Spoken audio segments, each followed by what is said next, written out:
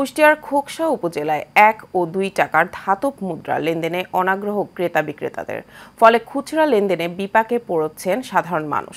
স্থানীয় ব্যাংকগুলো না নেওয়ায় এসব মুদ্রা অচল হয়ে পড়েছে বলে দাবি ব্যবসায়ীদের। এ নিয়ে ক্রেতা বিক্রেতা ও ব্যাংক কর্মকর্তার পাল্টাপাল্টি অভিযোগ। পুলক সরকারের পাঠানো তথ্য ও ছবিতে বিস্তারিত জানাচ্ছেন শেখ ফাহিম। কুষ্টিয়ার খোকসায় 1 ও 2 টাকার ধাতব মুদ্রা কয়েক বছর আগেও প্রচলন ছিল, কিন্তু বর্তমানে ক্রেতা বিক্রেতা কেউই লেনদেনে ব্যবহার করতে চান না এসব ধাতব মুদ্রা। রাষ্ট্রীয়ভাবে এসব মুদ্রা অচল না হলেও উপজেলার সরকারি বেসরকারি ব্যাংকগুলোতে নিচ্ছে না বলে অভিযোগ স্থানীয় ব্যবসায়ী ও দোকানীদের। এ নিয়ে রীতিমতো দুর্ভোগে পড়েছেন এই উপজেলার মানুষ। প্যাসেঞ্জার চলতেছে, আমাদের 5 টাকার ভাড়া 4 টাকা দিয়ে যাচ্ছে, 1 টাকা নাই, 1 টাকা চলেও না, নেয়ও না।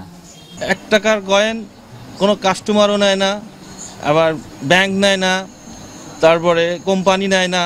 আমরা 1 টাকার কয়েন যাতে চলে সেই ব্যবস্থায় চাচ্ছি। পাবলিকের দেখা যায় যে 1 টাকা 2 টাকা আপডাউন হলে সেক্ষেত্রে আমরা একটা শ্যাম্পু দিই কিংবা একটা চকলেট দিই, এভাবে চলতেছে। এগুলো আমি চাই আবার 1 টাকার নোটগুলো আবার আসুক আমাদের মাঝে, আগেকার যে 1 টাকার নোটের যে যুগ ছিল ওইটা আবার ফিরে আসুক। সরকার অনুমোদিত এ সকল মুদ্রা না নেওয়ার কোনো সুযোগ নেই বলে জানিয়েছেন স্থানীয় ব্যাংক কর্মকর্তা। যেটা আশেপাশে বলা হচ্ছে যে ব্যাংক নেয় না, এই কথাটা সত্য না।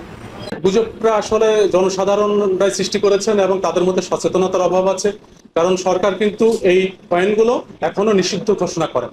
এই বিষয়ে আমাকে একটা মেসেঞ্জারে নক দিয়েছিল, আমি তাকে বলেছিলাম যে লিখিত অভিযোগ দিতে, তাহলে আমি ব্যবসায়ীদের দেখে কথা বলবো। তো সে আর অভিযোগ দেয় নাই, এটা 3-4 দিন আগের ঘটনা, হয়তো বা দিবে। যথাযথ কর্তৃপক্ষ উদ্যোগ নিয়ে দ্রুতই চলমান সমস্যার সমাধান করবে এমনটাই প্রত্যাশা সাধারণ মানুষের। Sheikh Fahim, Asian television.